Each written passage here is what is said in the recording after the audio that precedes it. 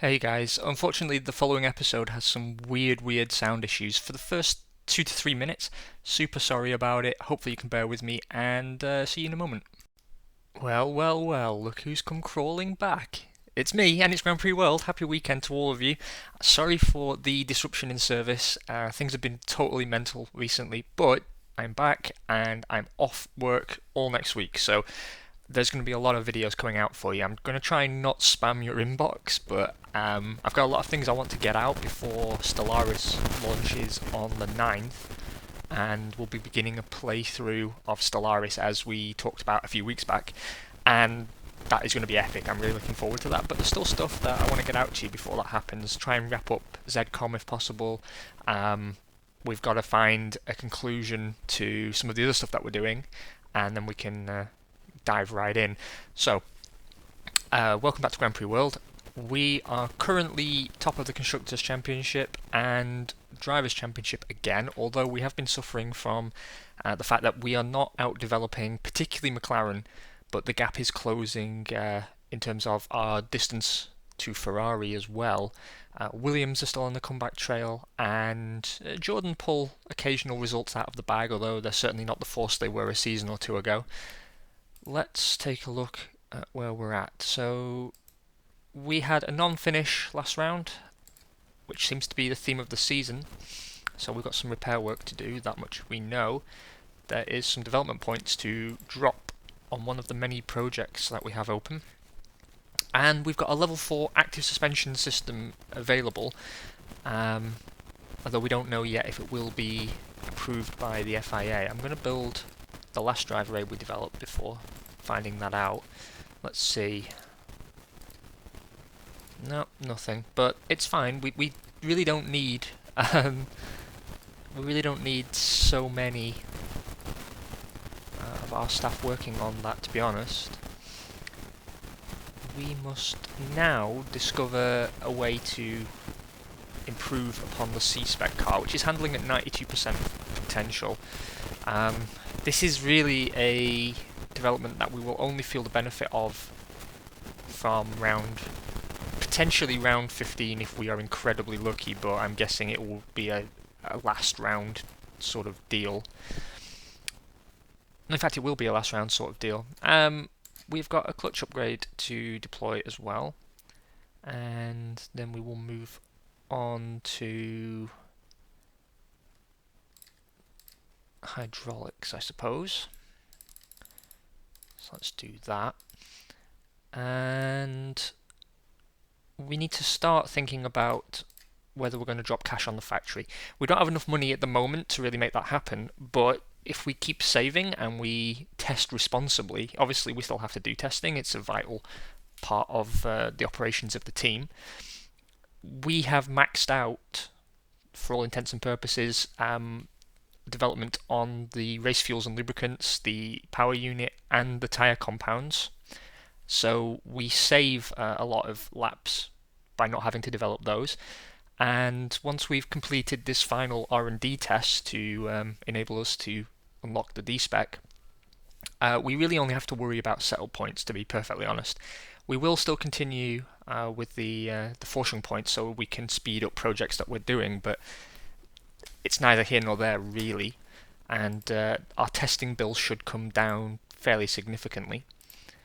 Over on the sponsorship front, things are looking particularly good. We're still in for a bit of a tough season next season because all of these guys will need to be renegotiated, although we do have a 2-season deal in place with Playlife and a 2-season deal in place with Ford. I thought that was going to crash there, sorry. The game froze, and usually that's a sign that it's going to crash, and if I don't stop talking, then it means I have to edit even more than usual and try and find the exact microsecond that the crash happened. Yeah, we will have to renegotiate all of our cash sponsors, and I believe our tyres and race fuel deals are also up for renegotiation. But we will be transitioning to a new power unit supplier again. I think that's a 4th or 5th power unit supplier we've worked with during the course of this playthrough. Hopefully, we can finally begin to develop some kind of long-term relationship. We've struggled with that massively in terms of tyres. We have not yet found a profitable or lasting relationship with either of the tyre companies, and I've been keeping my fingers crossed that Michelin will enter the fray so that we have a further option there. As it stands, Goodyear do tend to be a better bet for us. They don't always produce the best compound tyre. We've been quite lucky since our last switch to Goodyear, but Bridgestone really do not like us at all. At all. And it means that usually we are stuck with a partner deal, and a partner deal that takes far too long to negotiate. Current negotiations that are ongoing are with Morse, and that will hopefully take up the final cash sponsor slot we have available, as long as we're not beaten to the punch. The rest of our guys are negotiating for extra bonuses here and there. We've done all we can with Goodyear now, so we'll take them off. We've done all we can with Ford, and we've done all we can with Playlife. So we will put another 10% onto the Morse deal, and we will,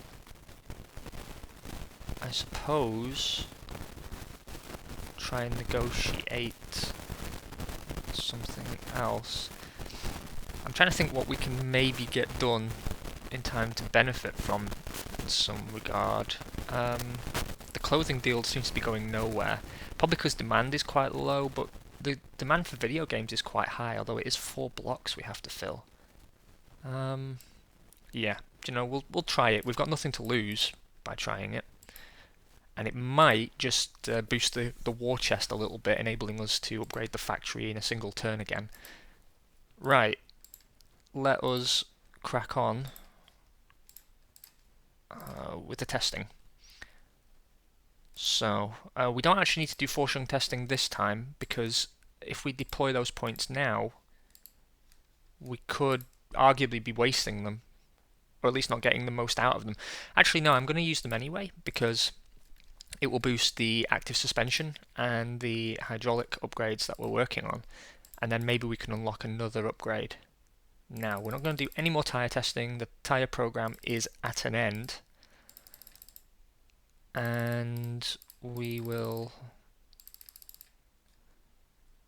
try and avoid over testing too much. I think 190 miles should be enough. It's only 280,000. It's still higher than ideally I would like, but I think it's acceptable.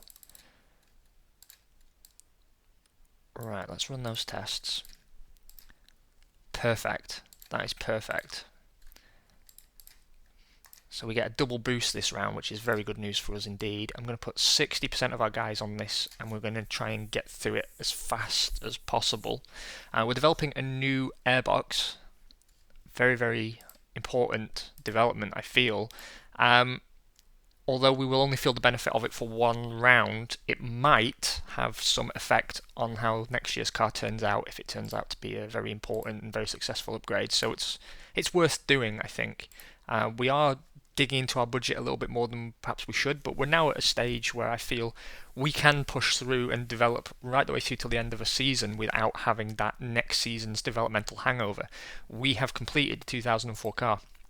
It's been complete now for 3 or 4 rounds, and it's as good as we can make it. So there is no detrimental effect to us by developing through to the end of the season, aside from the cash investment. And if we stay as profitable as we have been, then I think we can still manage to do this and upgrade the factory for next season. And hopefully next season we have a bit of an easier time of it. I think it's reasonable to assume we are going to win the Constructors' Championship this season again, which I wasn't entirely convinced about. The Drivers' Championship is a bit more of an open question. I am disappointed that Diniz is not matching Fisichella as well as he was the season before. His future at the team is still very much up in the air. Now, he's technically under contract for another 3 seasons, but we are not happy with him at the moment. We are very not happy with him. He has lost the consistency that made him kind of key to the team. And part of the reason we kept him was obviously the cash he brings. The other part was that he's been with the team since the first season and has been a generally consistent deliverer. He's been a safe pair of hands. I think that's how most people have described him. And as a result, I've always had a lot of affection for Pedro Diniz. I think he's arguably undeserving of the title pay driver. I mean, most drivers are paid drivers in the real world. Even Fernando Alonso comes with sponsorship, so even he's technically a paid driver if you want to define it in terms of a driver who brings money to a team when he signs a contract there. But it's sort of become a term that implies a driver who's not really there on merit, and Diniz was never somebody who was not good enough to be in Formula One. It is questionable whether without the money he would have made it into Formula One for as long as he did. But the fact is that he didn't disgrace himself when he was there. He was not a poor driver. He developed year on year, and I think proved, particularly actually in his time at Ligier, I thought he sort of showed what a safe pair of hands he was. I think 40 didn't really flatter him too much, but it wasn't going to flatter anybody. However, that's real world stuff, and in our world, he has gone from being that safe, consistent pair of hands that we can rely on to get the car home, particularly in wet weather, to a driver who has developed an uncanny ability to either strain his car too hard and cause failures, or just simply bin it into the wall. Fisichella, on the other hand, continues to have synergized incredibly well with the team. He was fast from the first moment he was in the car, and it's pretty much continued throughout. He's had one or two blips, but I think every driver does. There are shock poor qualifying performances for most top tier drivers throughout the history of Formula One, so we can let him off with one or two things. I think he has justified the additional cost to the team this season. He has been delivering. He's only under contract for another 2 seasons. I don't know if we'll keep him beyond that.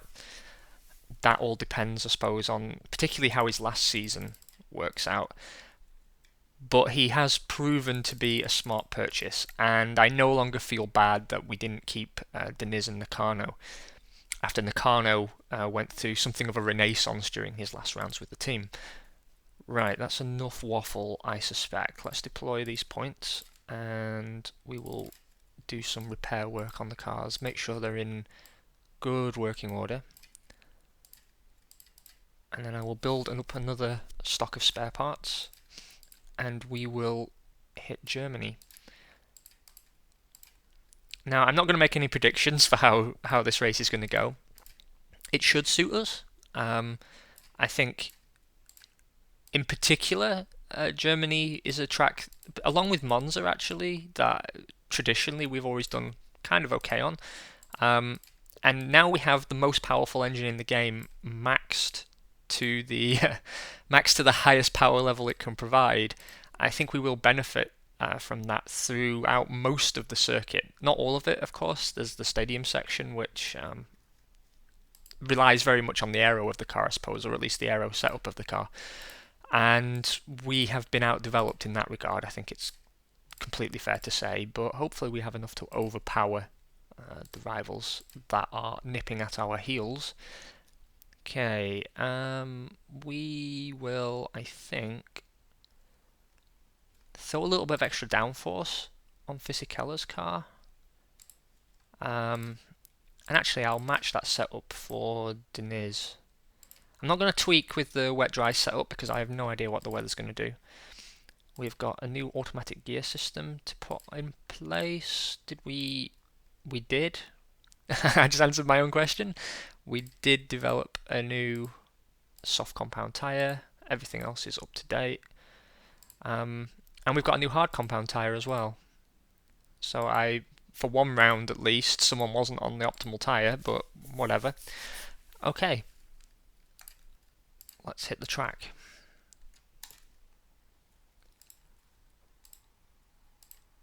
.30 degrees, very dry, strong wind. Really hard to say how that's going to affect us. I wonder actually if we're going to benefit here from keeping Fisichella on the soft compound tyre.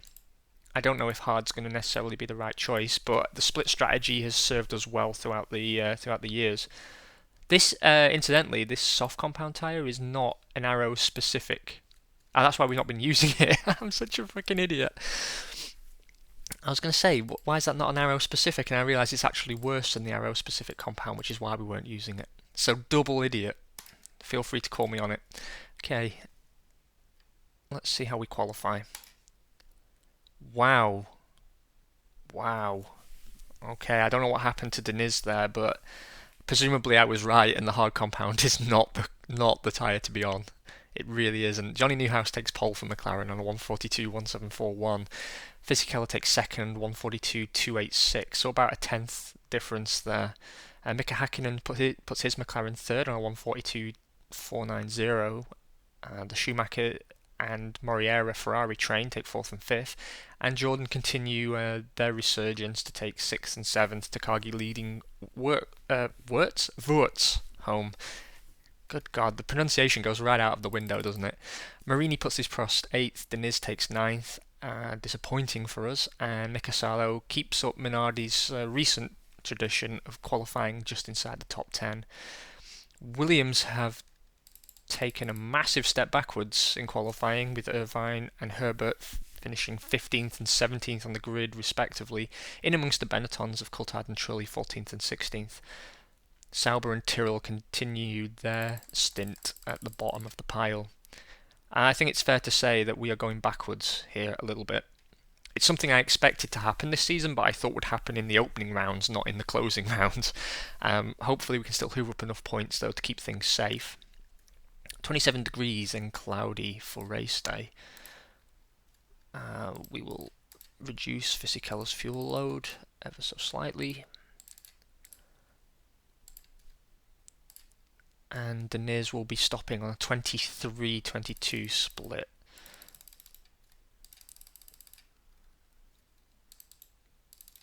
Right, so Deniz has a lot of work to do. We need a good recovery drive out of him. He's starting outside the points, which means he has to go forward, he has to make overtakes, or he has to benefit from the pit strategy. Fisichella's sat in second, and this really comes down to the differential between our qualifying and race pace. As we know, historically, we've produced cars that perform better in race conditions than they do in qualification conditions, and hopefully that continues. It's very hard to totally quantify this, however, because we really don't know what McLaren have developed. We don't know what handling capacity their chassis is running at the moment. I think they're on Bridgestone tyres, and I don't know if Bridgestone have greater affinity with this circuit. I haven't done my research. You'll be shocked to know. It's really, really hard to tell. It is hard to tell. Only one way to find out, though. Let's hit the button.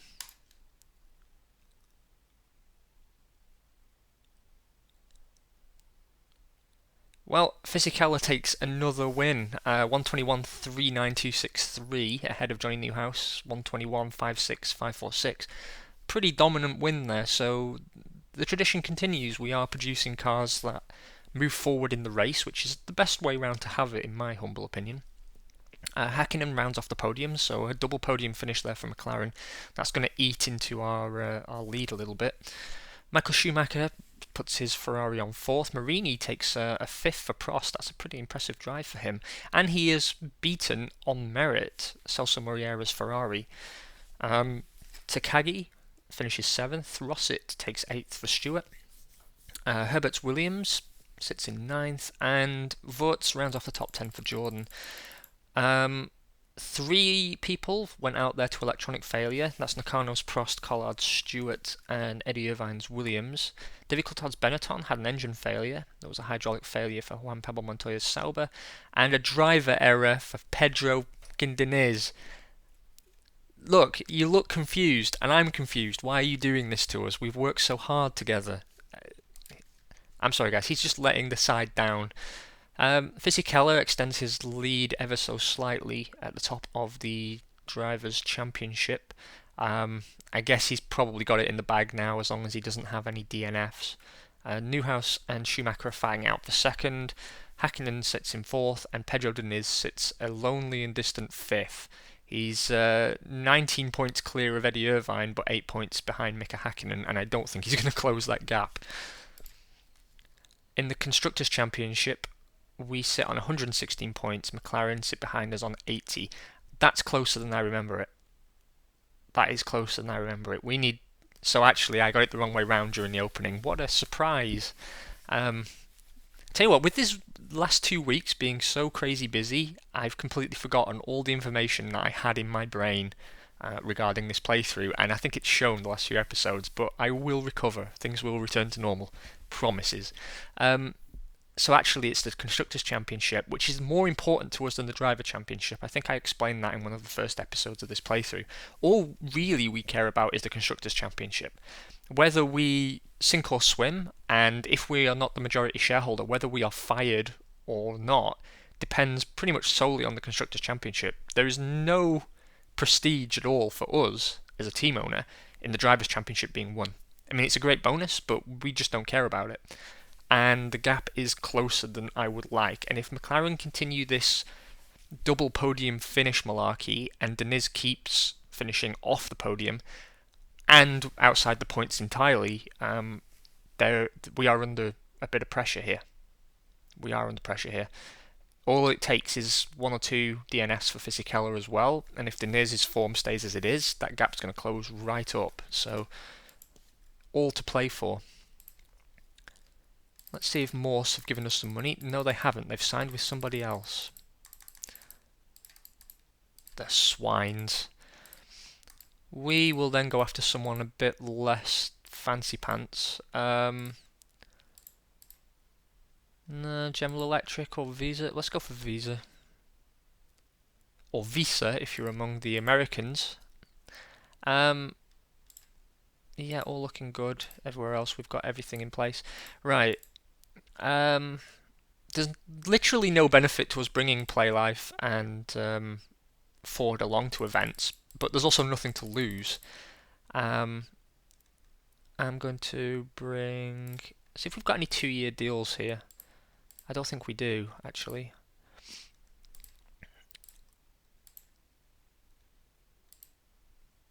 No, we don't.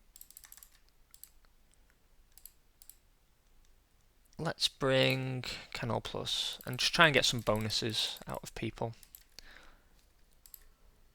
Still no good news on the merchandising negotiation front either, so that is unfortunate.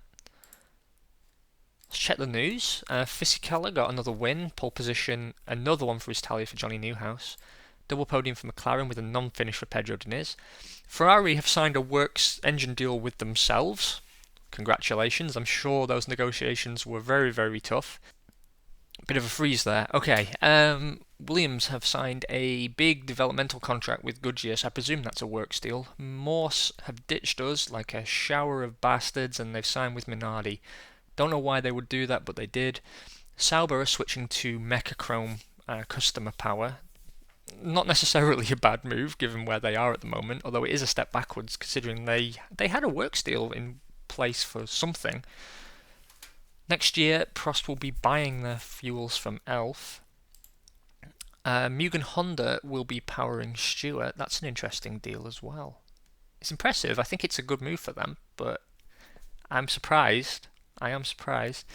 Another fastest lap for Giancarlo Fisichella. Not really a surprise for us, I suppose, given how dominant the result was in the end. Jordan have signed Ricardo Zonta. And, yep, we have signed Korean Air and Canal Plus.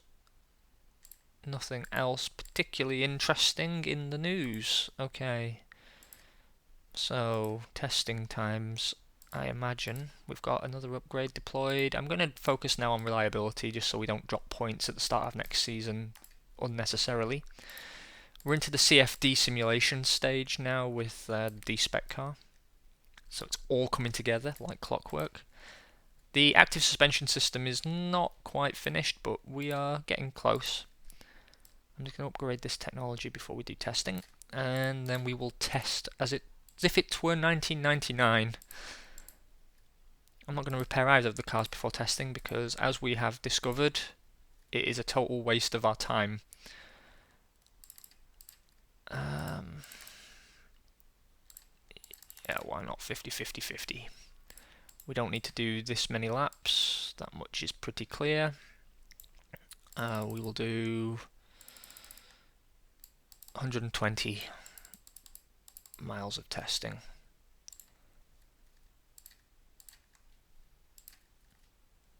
Maybe we need to do a bit more, deploy some more mechanics, but at least we're sort of learning our level now. I don't think we'll be punished too hard for not achieving extra development across a single turn, to be honest with you. We're still going to finish developing the D-Spec on the same timescale exactly, so I don't feel too bad.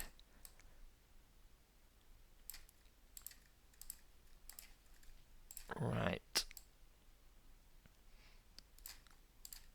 So now the cars are going to be in race-ready condition. We will once more into the breach, dear friends, Rome.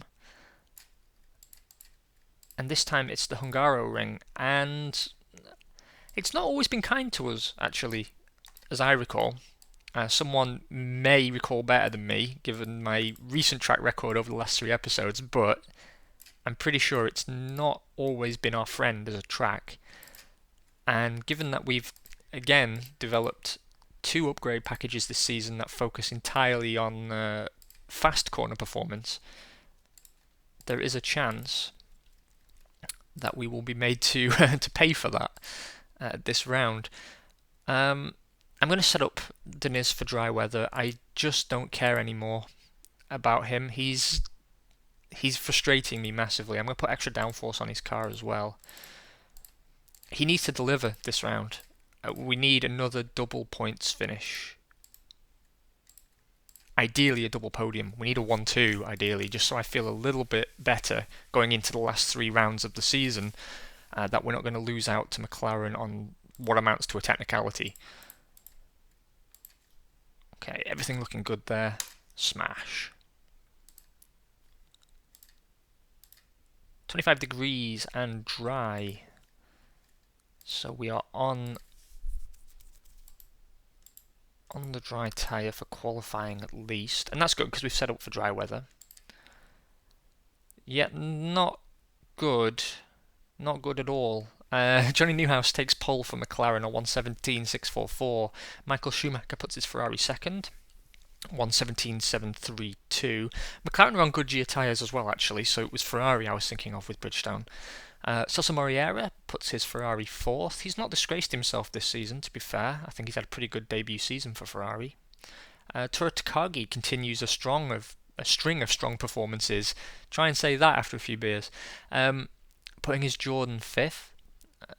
Mika Hakkinen, pretty rough day at the office for him. 6th for McLaren. Alexander Wurtz's Jordan takes 7th. Fisichella qualifies a very, very disappointing 8th. And the Williams cars round off the top 10. For once, the Minardis are nowhere near the top 10, sitting 14th and 15th respectively. Benetton, Tyrrell and Sauber continue to disappoint their parents down at the bottom of the standings.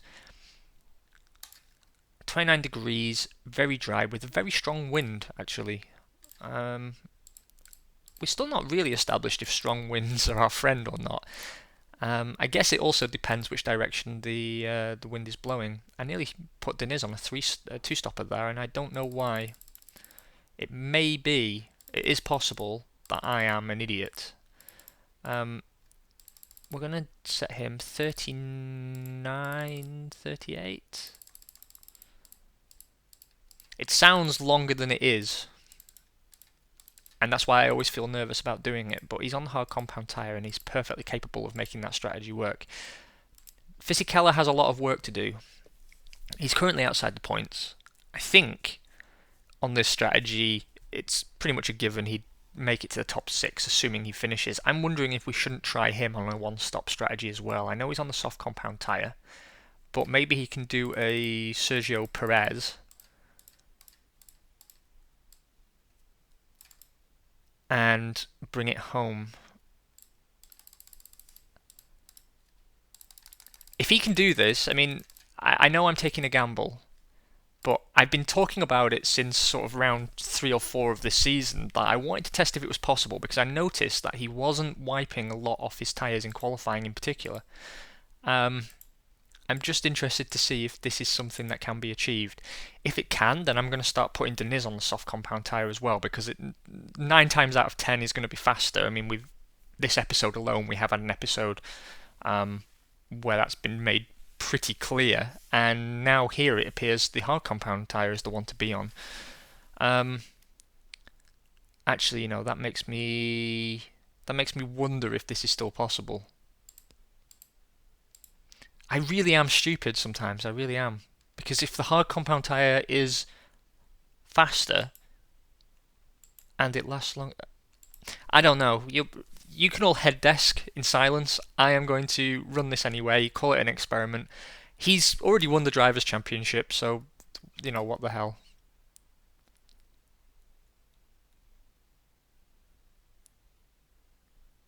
No, it didn't work. But Pedro Diniz took a win. A pretty commanding win, actually. 145.58700 ahead of Johnny Newhouse's McLaren on a 146.35524. Schumacher and Moriera finished third and fourth. Takagi takes another fifth, and Herbert has another good round, putting his Williams sixth. Wirtz finishing just outside the points. Irvine takes eighth. Coulthard takes ninth, and Emmanuel Collard Stewart is 10th and 2 laps down. It was actually an electronic failure for Fisichella. See, if the cause of him failing to finish had been an accident, I would have put it down to his tyres simply not lasting. But as it stands, there's no evidence that that was actually what happened. And I think anyway, if his tyres got too bad, that the AI would pit him again anyway. So I don't know if it's necessarily super serious to test a strategy like this. Regardless, we did pick up another win, which is important. Fisichella is still pretty much top of the pile in the Drivers' Championship, and this allows Deniz to leapfrog Hakkinen, which not 15 minutes ago I said was not going to happen, and now it has, so I'm continuing my record of being totally inconsistent. And we continue to lead the Constructors' Championship, 126 points now, 40 points clear of a certain McLaren. Ferrari are third, Jordan fourth, fifth for Williams, sixth for Prost, and Minardi and Sauber are jointly seventh. Awesome. So the next episode, which will be in a day or two, we will be running the race at Belgium. Let's take a look what's going on. We are getting somewhere with our video game negotiations, but the clothing deal just isn't happening, so I'm going to move everybody over to this and hope that we can close it off. We're continuing to make a profit, which makes me happy. And do we have a deal? No, we don't. They've signed with somebody else, I think. Yes, they have. Where have all the staff gone then? Where have all the staffs gone? Did I? There they are. See what I mean? Idiot. Genuinely an idiot. Right. Let's go for Brastemp. We don't really have time now to be negotiating with people with too many stars at their disposal. Let's drop some advantage cards on existing sponsors to try and boost their input to the team. I'm going to drop a success advantage on HSBC because we've got no bonuses from them so far. And Korean Air are the ones we're closest to getting a guarantee with, so we'll drop an advantage on them as well. And Canal Plus, we'll give them a TV advantage, even though they are a TV network and could probably provide such an advantage to themselves. We will give them a boost. That really is like negotiating with a dairy company and saying, hey, thanks for coming to the race and considering sponsoring us, would you like a sample of cheese? But we've done it anyway, so why not? That's just how we roll. Guys, thanks so much for joining me and your continuing patience as I blunder through this episode and the last two. I have butchered them a bit. It will improve once I'm back into the swing of it properly. It's weird doing this because you get out of practice. If you go back to the very first episodes of this playthrough, and you can tell that I feel weird about talking to myself. I've kind of got over that mental block. That's the first thing. But when you're out of practice a little bit, you forget little details and you waffle too much. So things will pick up again quite soon. I'm pretty confident. I hope you've had an amazing week. I hope your weekend's looking good, and hopefully we can hang out together quite a lot the next week. Thanks so much for watching. Have an awesome Saturday. Take it easy.